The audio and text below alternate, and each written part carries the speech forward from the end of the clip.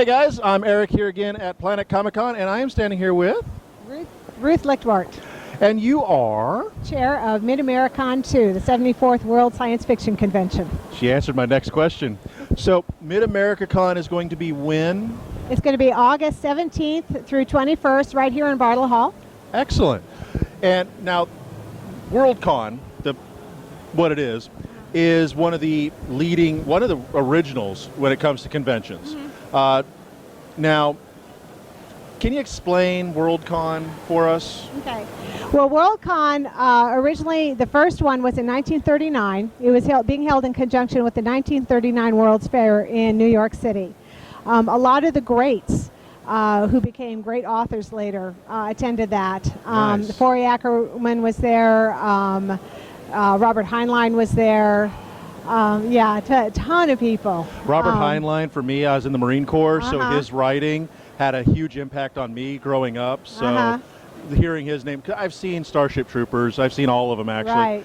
And not bad, but reading the books. Isaac Asimov was there, Frederick Pohl. I mean, just tons and tons of Golden Age writers who were just starting out. Yeah. They were just young kids at the time, basically. Definitely. They all got together at this convention in New York City in 1939. It was also the place where cosplay was invented.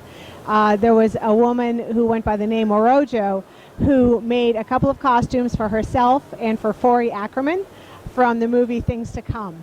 That is incredible. And the next year, the WorldCon held a masquerade because a lot more people came dressed up. So everybody who wasn't familiar when cosplay actually started, there you go. It started in 1939 at the first WorldCon in New York. That's actually really cool.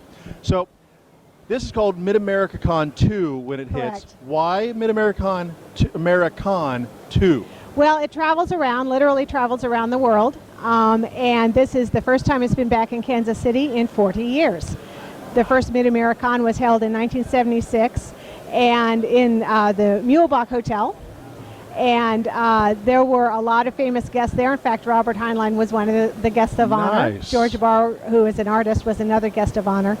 And that was also where a whole bunch of props and an actor from the movie Star Wars were brought because they were promoting it, so they had some panels on that. Nice. Yes. The sad thing is, I was not able to attend the first WorldCon here in Kansas City because I wasn't born yet. I would have been born a couple months later. You just gave your age away. I know, it's kind of sad.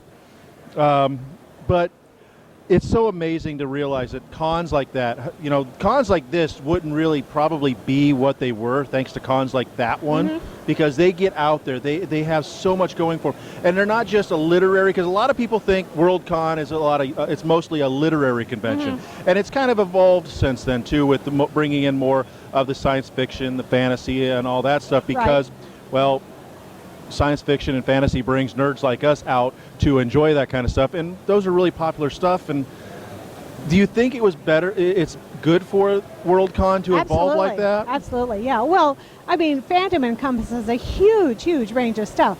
It started with literature, it was based in literature, and we still feature a lot of authors. We have the Hugo Awards, with the voting of which is going on now.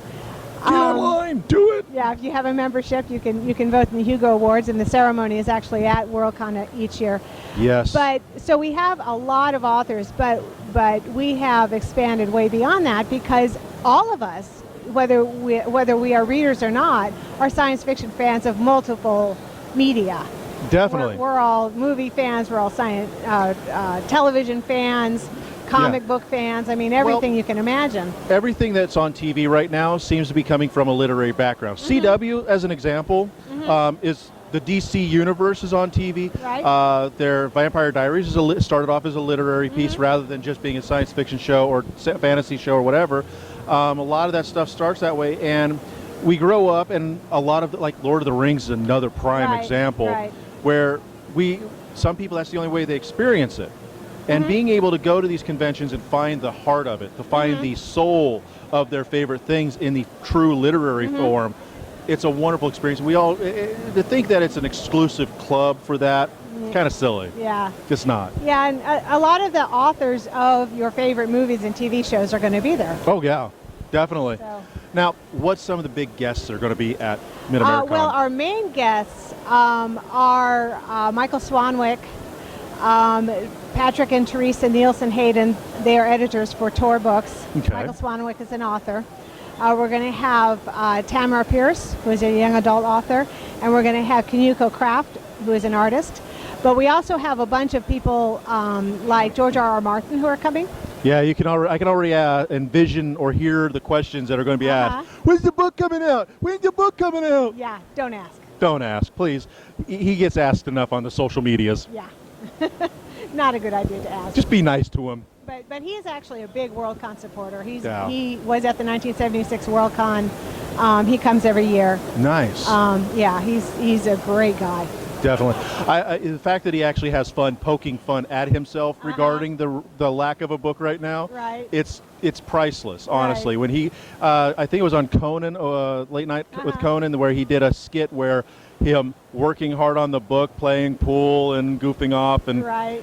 You got to hand to a guy when he looks at himself and goes, yeah, I know I'm taking time to do it, but you got to remember, fans, he's taking his time to make sure it's right. Exactly. So, the Hugo Awards, I want to touch on that real quick. The Hugo Awards, for people who don't know what the Hugo Awards are, why don't you give us a little bit on that? Well, they're basically the Oscars of science fiction and fantasy.